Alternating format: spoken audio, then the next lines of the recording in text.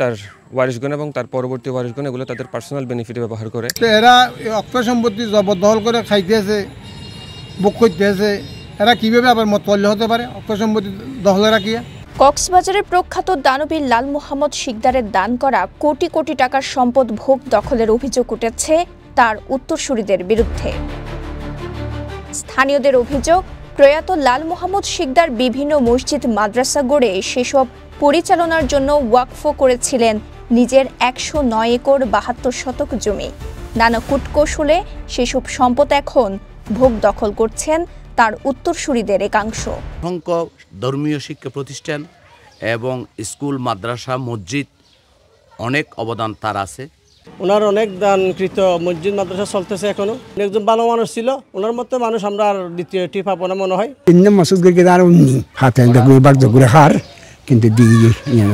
ওয়ারিশগণ এবং তার পরবর্তী ওয়ারিশগণ এগুলো তাদের পার্সোনাল বেনিফিটে ব্যবহার করে। এগুলো মূলত যিনি ওয়াকফ করে গেছেন লাল মোহাম্মদ শিকদার, ওনার মূল উদ্দেশ্যের পরিপন্থী এবং এটা আসলে পাবলিক ট্রাস্ট এবং স্পিরিটের সাথে যায় না। ওয়াকফ প্রশাসনের তথ্য বলছে ১৯৩৬ সালের ২৪ আগস্ট মহেশখালীর কুতুবজম এলাকার বিভিন্ন মসজিদ মাদ্রাসায় ১০৯ একর ৭২ শতক জমি ওয়াকফ করেছিলেন লাল মোহাম্মদ শিকদার।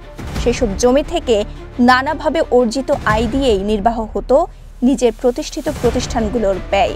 লাল মোহাম্মদ শিকদারের মৃত্যুর পর এই কাজ পরিচালনা করেন তার ছেলে গোলাম সুবহান। যারা অ্যাপ্লিকেশন করেছে এই সম্পদগুলো ফিরিয়ে দেওয়ার জন্য, ফিরে পাওয়ার জন্য, তা আমি চাই একজন এলাকার সচেতন ব্যক্তি হিসেবে যে ওয়াকফের যে বিচারাধীন আছে ওই ওয়াকফের সম্পত্তিগুলার সেগুলা মসজিদ মাদ্রাসা প্রকৃতপক্ষে যারা হকদার তারাই ফিরে পাক। গোলাম সুবহানের মৃত্যুর পর ১৯৪৭ সালে আরেকটি দলিলের মাধ্যমে একই সম্পদের ৯৮ একর ৭৭ শতাংশ পুনরায় ওয়াকফ করেন তার অন্য সহোদররা। এরপর ধীরে ধীরে বদলে যায় সবকিছু। দান করা সেসব জমি কৌশলে বিএস খতিয়ানভুক্ত করে দখল করে নেন তাদের উত্তরসূরিরা।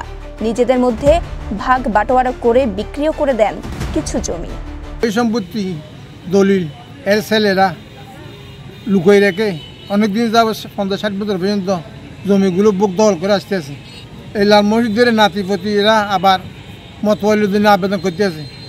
তো এরা অক্ষয় সম্পত্তি জবরদখল করে খাইতেছে, বুক করতেছে, এরা কীভাবে আবার মতওয়াল্লি হতে পারে অক্ষয় সম্পত্তি দখলে রাখিয়া? আমি এই জন্য সরকারের কাছে আকুল আবেদন জানাই যে এই সম্পত্তি ডিসি সাহেবের মাধ্যমে সরকারের নিয়ন্ত্রণে রেখে এগুলোর জন্য মসজিদ মাদ্রাসাকে বাগবাটোয়ারা করে দেওয়া হয়। সব মশার বিরুদ্ধে সুরক্ষা দিতে এলো বসুন্ধরা এক্সট্রিম অ্যারোসল, মশার বিরুদ্ধে এক্সট্রিম সুরক্ষা। দান করা সম্পদ উত্তরসূরিদের দখলে চলে যাওয়ায় বেকায়দায় পড়ে লাল মোহাম্মদ শিকদারের প্রতিষ্ঠা করা প্রতিষ্ঠানগুলো। এতে ব্যয় নির্বাহ করতে নানা সমস্যায় পড়তে হচ্ছে সংশ্লিষ্টদের। এর মধ্যে আবার নিজেদের লাল মোহাম্মদ শিকদারের উত্তরসূরি দাবি করে বিভিন্ন প্রতিষ্ঠানের ব্যবস্থাপক বা মতওয়াল্লি হওয়ার আবেদন করেছেন কয়েকজন।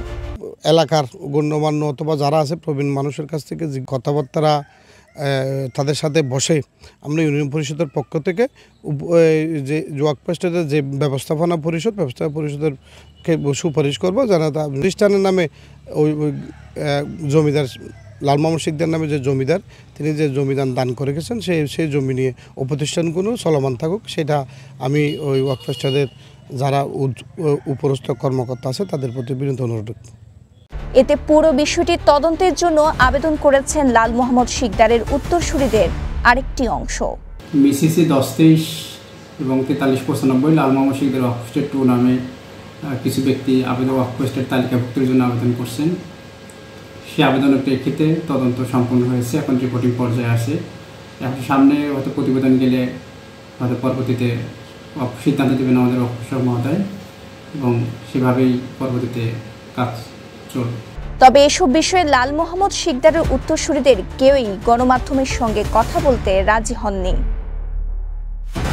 দানবীর লাল মোহাম্মদ শিকদার যে মহৎ উদ্দেশ্যে এই বিশাল পরিমাণ সম্পদ দান করেছিলেন, উত্তরসূরিদের একাংশের নানা জালিয়াতির কারণে সে উদ্দেশ্য পূরণ হয়নি বলে মত স্থানীয়দের। দ্রুতই এই বিষয়ে কার্যকর ব্যবস্থা গ্রহণের দাবি তাদের।